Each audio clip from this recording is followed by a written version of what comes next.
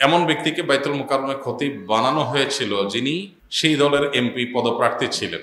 তার নামাজ পড়ানোকে কেন্দ্র করে আজ বাইতুল মুকাররমে মারামারির ঘটনা ঘটেছে। ইন্না লিল্লাহি ওয়া ইন্না ইলাইহি রাজিউন।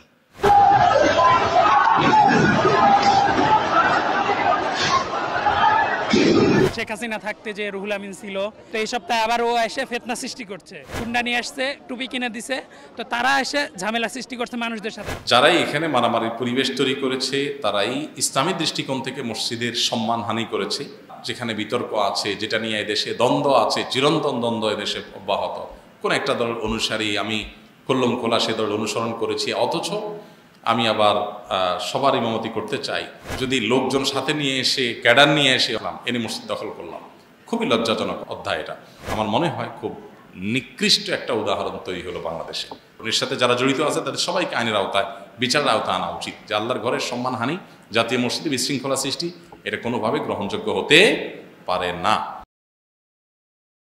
এমন ব্যক্তিকে বাইতুল মুকাররমে খতিব বানানো হয়েছিল যিনি সেই দলের এমপি পদপ্রার্থী ছিলেন। তার নামাজ পড়ানোকে কেন্দ্র করে আজ বাইতুল মুকাররমে মারামারির ঘটনা ঘটেছে। ইন্না লিল্লাহি ওয়া ইন্না ইলাইহি রাজিউন। জাতীয় মসজিদে জোর করে খতিব হওয়া কি ইসলাম সমর্থন করে? ইন্না লিল্লাহ। নতুন সংবাদ, বাইতুল মুকাররমে যদি আজকে জুমার সময় মারামারি হয়ে থাকে, আমরা জানি না কি ঘটেছে, প্রশ্নকর্তা যদি নিশ্চিত হয়ে থাকেন, যদি এরকম ঘটনা ঘটে থাকে, তাহলে এটা হবে আমাদের জন্য খুবই লজ্জাজনক এবং খুবই দুঃখজনক একটি ব্যাপার। যারাই এখানে মারামারির পরিবেশ তৈরি করেছে তারাই ইসলামী দৃষ্টিকোণ থেকে মসজিদের সম্মানহানি করেছে, মসজিদের মর্যাদা নষ্ট করেছে।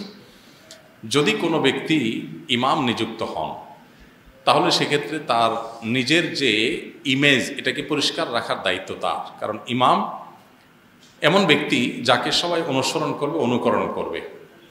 বিধায় কোনো ইমাম যদি নিজের কর্মকাণ্ডের কারণে তিনি বিতর্কিত হয়ে যান, তাহলে সেক্ষেত্রে সেই ইমামের কর্তব্য হয়ে যায় নিজে থেকে সরে যাওয়া।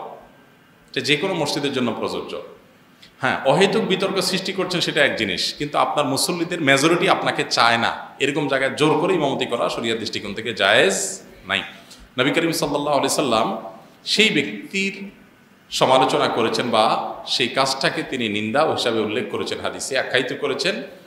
যদি কোনো ব্যক্তি ইমামতি করেন অথচ তার মুসল্লিরা তার উপরে কারিহ বা নাখোশ, মুসল্লিরা তাকে চায় না, তারপরে তিনি জোর করে ইমামতি করতে চান, এই ইমাম কখনো ভালো মানুষ হতে পারে না এবং এই কাজটা কখনো ভালো কাজ হতে পারে না। নবী করিম সাল্লাল্লাহু আলাইহি ওয়াসাল্লাম হাদিসে এই কাজটির খারাপ হওয়ার ব্যাপারে আলোচনা হয়েছে। অতএব এই রকম পরিস্থিতিতে জোর করে আমাকে ইমামতি করতে হবে, খতিব করতে হবে, এটা একেবারেই ন্যাক্কারজনক। এবং বিশেষ করে জাতীয় মসজিদের মতো জায়গা, যেখানে আসলে গোটা দেশের মানুষ যেটার দিকে তাকিয়ে থাকে, যেখান থেকে শেখার চেষ্টা করে, সেখানে এরকম ঘটনা যদি হয়ে থাকে সেটা খুবই দুঃখজনক এবং মনোবিপ্রেত ঘটনা। এরকম হওয়া উচিত না।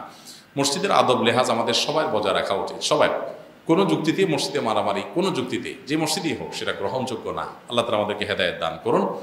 আর ইমাম সাহেব, খতিব সাহেব হিসাবে যারাই দায়িত্বপ্রাপ্ত হবেন, তারা বিতর্কের ঊর্ধ্বে থাকার চেষ্টা করবেন। হ্যাঁ, মানুষ হিসাবে কেউ বিতর্কের ঊর্ধ্বে উঠে যাবেন না, ভুল আমাদের হতে পারে।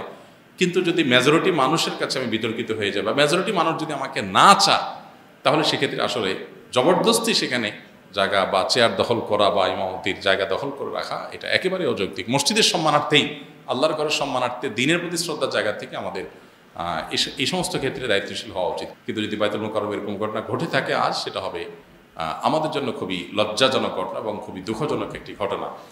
কিছু কিছু মানুষ, কিছু কিছু পদ, এগুলোতে যদি আমরা সচেতন সতর্ক না হই, আমি যদি কোনো প্রচলিত রাজনৈতিক দলের কোনো একটা, যেখানে বিতর্ক আছে, যেটা নিয়ে এদেশে দ্বন্দ্ব আছে, চিরন্তন দ্বন্দ্ব এদেশে অব্যাহত, কোনো একটা দলের অনুসারী আমি কল্লম খোলা সে দল অনুসরণ করেছি, অথচ আমি আবার সবার ইমামতি করতে চাই, তাহলে সেক্ষেত্রে মানুষজন যদি অন্তত সেটাকে ভালোভাবে না নেয়, তো আমি ব্যক্তিগতভাবে মনে করি যে এটা আসলে ধরে রাখা উচিত না। এখানে দায়িত্বশীলতার জায়গা আছে। আবার যদি লোকজন সাথে নিয়ে এসে, ক্যাডার নিয়ে এসে, অনেক মসজিদে এরকম হয় যে সাথে ক্যাডার নিয়ে আসলাম, এনে মসজিদ দখল করলাম, খুবই লজ্জাজনক অধ্যায় এটা।